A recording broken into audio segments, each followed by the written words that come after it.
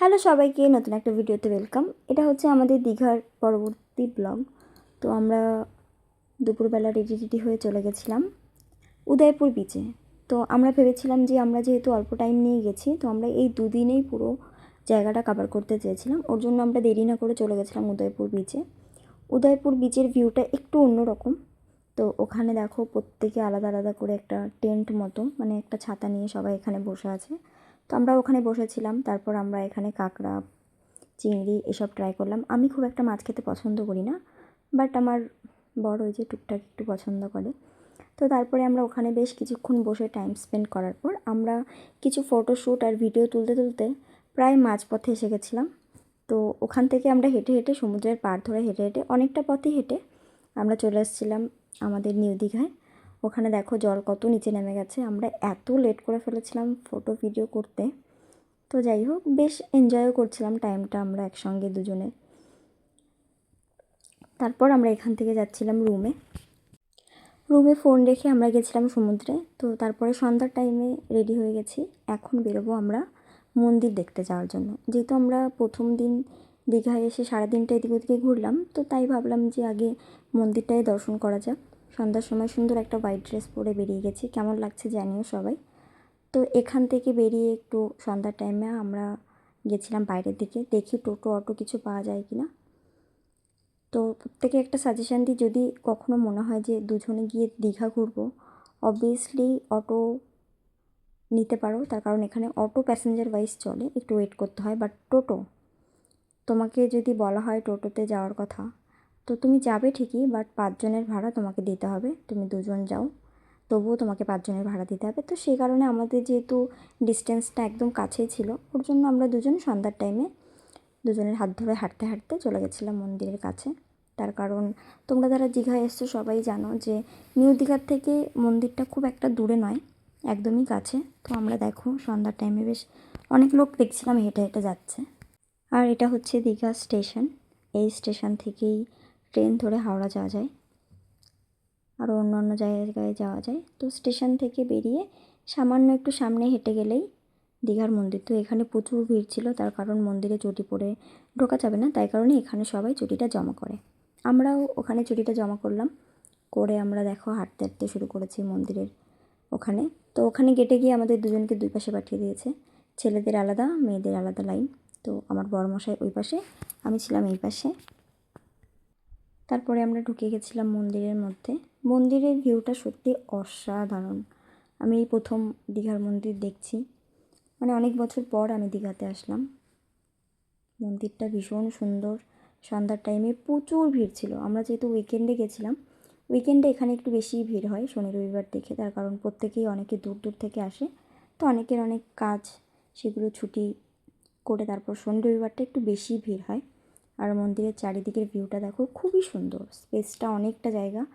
আর এখানে এই মন্দির হচ্ছে জগন্নাথ দেবের মন্দির। তো এই মন্দিরে প্রচুর লোক, আর গার্ডও ছিল অনেক। ছবি ভিডিও কোনো কিছুই ভেতরে অ্যালাউ করছি না, কিন্তু তবুও আমি কোনোভাবে লুকিয়ে চুকিয়ে, হাজার বারণ না শুনেও আমি লুকিয়ে লুকিয়ে ফোনটা নিয়ে একটু টুক করে ভিডিও ছবি করে নিয়ে বেরিয়েছিলাম। তারপরে এই পাশের মন্দিরটা, ওখানেও এক একটা মন্দিরে এক একটা ভগবানের মূর্তি ছিল, সেগুলো দেখতে দেখতে এদিক ওদিকে বেরিয়েছিলাম। পরের মন্দিরটায় আর ভিডিও করা হয়নি, তার কারণ হাজারবার বারণ করছিল। তো সেই কারণে আর ভাবলাম যে ঠিক আছে, একটা দুটো ক্লিপ যেহেতু নিয়েছি, ওই কারণে আর পরে ভিডিও করলাম না। বাট সত্যি কথা বলতে মন্দিরে এত আলো, এত লাইটিং, এত ভিউ, আর জায়গাটাও এত সুন্দর, পুরো শান্ত পরিবেশ। পুরো মন্দিরটা দেখো, এত সুন্দর করে মন্দিরটা বানানো হয়েছে। তো মন্দির দর্শন করে আমরা বাইরের রাস্তা দিয়ে বেরিয়ে গেছিলাম মন্দিরের বাইরে। যেহেতু এই মন্দিরটা রাত 8টা কি 8:30 পর্যন্তই খোলা থাকে, তারপর মন্দিরটা বন্ধ হয়ে যায়। সেই কারণে সন্ধ্যা টাইমে একটু ভিড়টা বেশি হয়। তো দেখো বাইরের দিকে এখানে জগন্নাথ ধাম লেখা, ভিউটা সত্যিই খুব সুন্দর। আর চারিদিকে এত আলো, এত লাইটিং, খুব সুন্দর লাগছিল। ওখান থেকে আমরা এবার হেঁটে হেঁটে যাব হচ্ছে ওল্ড দীঘায়। ওল্ড দীঘার ওখানে পাশ দিয়ে আমরা একটু হাঁটাচলা করছিলাম আস্তে আস্তে। এই রাস্তা ধরে আমরা যাচ্ছি এখন ওল্ড দীঘায়। ওখানে গিয়ে আমরা একটু ওয়েট করব, তার কারণ ওখান থেকে আমরা একটা বাইক রেন্টে নেব, বাইক বা স্কুটি। তো দেখো সন্ধ্যার সমুদ্র এই প্রথম দেখছি আমরা, তার কারণ আমরা আসার পরে আজকে এদিক ওদিক ঘুরে সন্ধ্যার টাইমটা আমরা মন্দিরে কাটালাম। তো এখনকার সন্ধ্যার টাইমে ভিউটা একটু অন্যরকম হয়। তারপরে ওখানে গিয়ে অনেকক্ষণ বসে থাকার পরে আমরা স্কুটি নিয়েছিলাম ওখান থেকে। তো স্কুটি নিয়ে দুজনে একটু, যেহেতু ওয়েদারটাও ভালো ছিল আর আমাদের এখনও রুমে যাওয়ার টাইম হয়নি, তো তাই ভাবলাম যে একটু ঘোরাঘুরি করা যাক। তো দুজনে মিলে আমরা একটু লং ড্রাইভে গেছিলাম।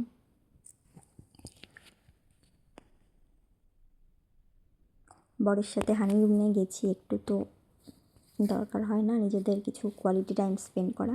তো যাই হোক, আমরা বেশ সুন্দর ঘুরছিলাম রাস্তা দিয়ে, অনেকটা পথ গেছিলাম। এই হলো দীঘার বিশ্ব বাংলা গেট। মানে এই গেটে ঢুকলেই বোঝা যায় যে দীঘা ঢুকে গেছি। ওখান থেকে আমরা আবার ব্যাক করে এসেছিলাম ওল্ড দীঘায়। ওল্ড দীঘার এখানে সমুদ্রের পাড়ে যে পার্কটা আছে, বিশ্ব বাংলা পার্ক, ওই পার্কটায় সুন্দর একটা ভিউ আছে, সেগুলোই দেখছিলাম। এখানে কি সুন্দর করে মূর্তিগুলো তৈরি করা দাঁড়িয়ে আছে। ওই দেখো আমার বর কী করে। তারপরে ভেতরের দিকেও অনেক কিছু, মানে ওখানে যে আমাদের কন্যাশ্রী, মানে ছেলে মেয়েদের পড়ানোর জন্য যে যে প্রকল্পগুলো আছে সেরকম কিছুই এখানে বর্ণনা করা হয়েছে।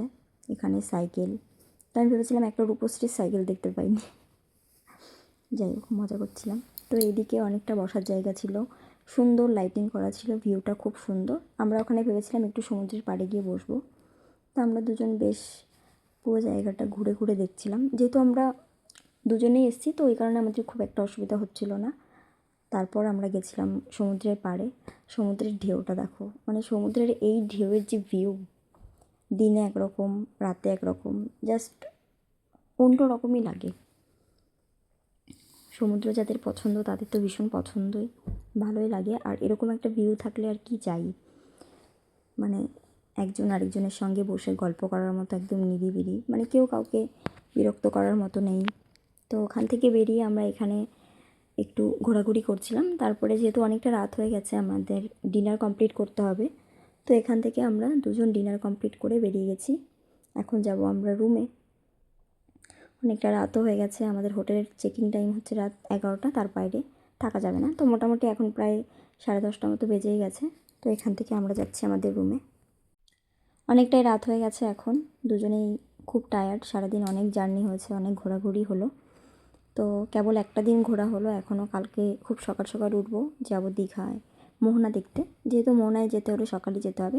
তো ভিডিওটা কেমন লাগলো জানিও, ভালো লাগলে চ্যানেলটি সাবস্ক্রাইব করো। টাটা।